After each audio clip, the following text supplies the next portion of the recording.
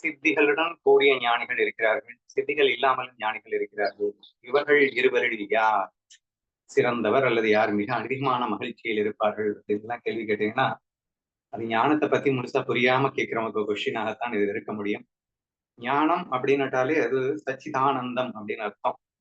So ஞானி ஆயிட்டாங்க அப்படின்னா ஒரு பூரணத்தை அடைஞ்சிட்டாங்க அப்படின்னு அர்த்தம். ஒரு எக்ஸ்ட்ரீம் ஒரு பிளிஸ்ஸ வந்து அவங்க டச் பண்ணிட்டாங்க இல்லையா? அப்ப ரெண்டு ஈக்குவல் தான். நீங்க சொன்ன ஆன்சர் தான். There cannot be any difference between these two peoples அப்படிங்கிறது தான் வந்து இட்ஸ் a known ஆன்சர்.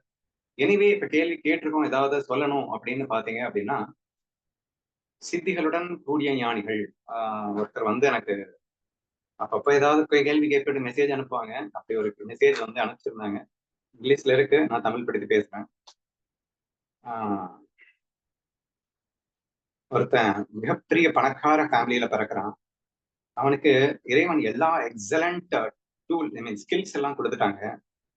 அவன் எல்லா எக்ஸ்ட்ரா கரிக்குலர்லயும் ஃபர்ஸ்ட் வர்றான், ஸ்கூல்லயும் டாப்பரா வர்றான். அவன் எந்த முயற்சியும் எடுக்க தேவையில்லை, ஏன்னா அவனுக்கு இறைவனை எல்லாத்தையும் கொடுத்து முடிச்சிட்டாரான். சரியா? So having friends including girl friends சொல்லவே வேணாம். இப்போ நிறைய கேர்ள் ஃப்ரெண்ட்ஸும் அவனுக்கு கிடைப்பாங்க, கிடைச்சிருக்காங்க. எல்லா இடத்துக்கும் ஊர் சுத்துறான், ஏன்னா பணக்கார பையன் இல்ல. அது போக இவ்வளவு ஸ்கில் இருந்தா பயங்கர ஃபேமஸும் ஆயிடுறான். நாட் கெட்டிங் புலிட் பை ஒன்னு யாருமே அவனை இன்ஸ்டால் பண்றது இல்ல, அவனை வந்து தொந்தரவு பண்றது இல்ல, அவனை நக்கல் நையாண்டி எல்லாம் பண்றது இல்ல. அவனுக்கு ஆரோக்கியம் ஆட்டோமேட்டிக்காவே இருக்கு. அவனுக்கு எந்த வியாதியும் இல்ல. நல்ல வேலை. அவனுக்கு பெரிய பெரிய விஷயங்கள் எல்லாமே கிடைக்கத்தரிய விஷயங்கள் எல்லாமே கிடைக்குது. இப்படிப்பட்ட ஒருவன் சாரோன்னா என்ன? ஆஹ் கஷ்டப்படுவானா? இதுதாங்க கேள்வி அவங்க கேட்டிருக்காங்க என்கிட்ட. சரியா? சோ இந்த மாதிரி ஒருத்தன் இருந்தான்னா அவன் வாழ்க்கையில கஷ்டப்படுவானா அப்படின்னு கேட்டிருந்தாங்க. இதை நான் வந்து ஏன் இங்க சொல்லிட்டு இருக்கேன் அப்படின்னு சொன்னா, இது எல்லாமே சித்திகளா வச்சுக்கோங்களேன். ஸோ பணக்கார ஃபேமிலியில பிறந்து இன்போனாவே எல்லா எக்ஸலண்ட் ஸ்கில்ஸ் எல்லாமே இருந்து இது எல்லாமே வந்து ஒரு சித்தியா வச்சுக்கோங்களேன்.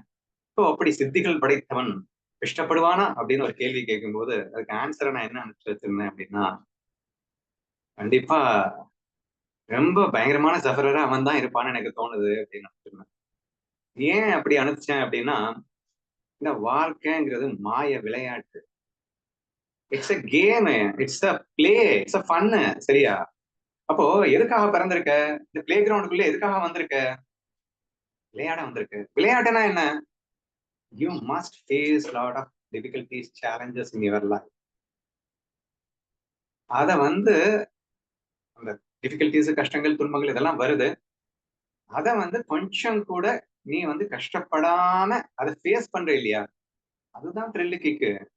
எல்லாமே எனக்கு தெரிஞ்சு போயிடுச்சு, எல்லா ஸ்கில்லும் என்கிட்ட இருக்கு, அப்புறம் வர்ற ப்ராப்ளம்ஸ் எல்லாம் வந்து நொடியில நான் சால்வ் பண்ணிடுறேன், நான் திங்க் பண்றது வேலையே இல்லை அப்படின்னா, கிட்டத்தட்ட நீ சொல்றது எப்படி இருக்கு அப்படின்னா, பிளே கிரவுண்டுக்குள்ள வந்துட்டு பிளே பண்ணாமலே இருக்கிற மாதிரி இருக்கு.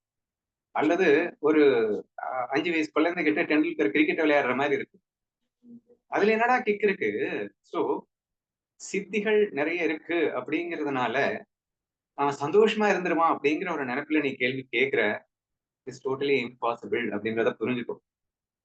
ஏன்னா தன்னிடத்தில் சந்தோஷம் இருக்கின்றது. அது என்ன ஒரு மோசமான சூழலாக இருந்தாலும் தன் சந்தோஷத்தை அதுல பிரதிபலிக்கிறான் பாத்தியா, அது கிக்கு. அப்ப அந்த மோசமான சுச்சுவேஷன் வரும்போதுதான் தன் சந்தோஷத்தையே பிரதிபலிக்க முடியும்.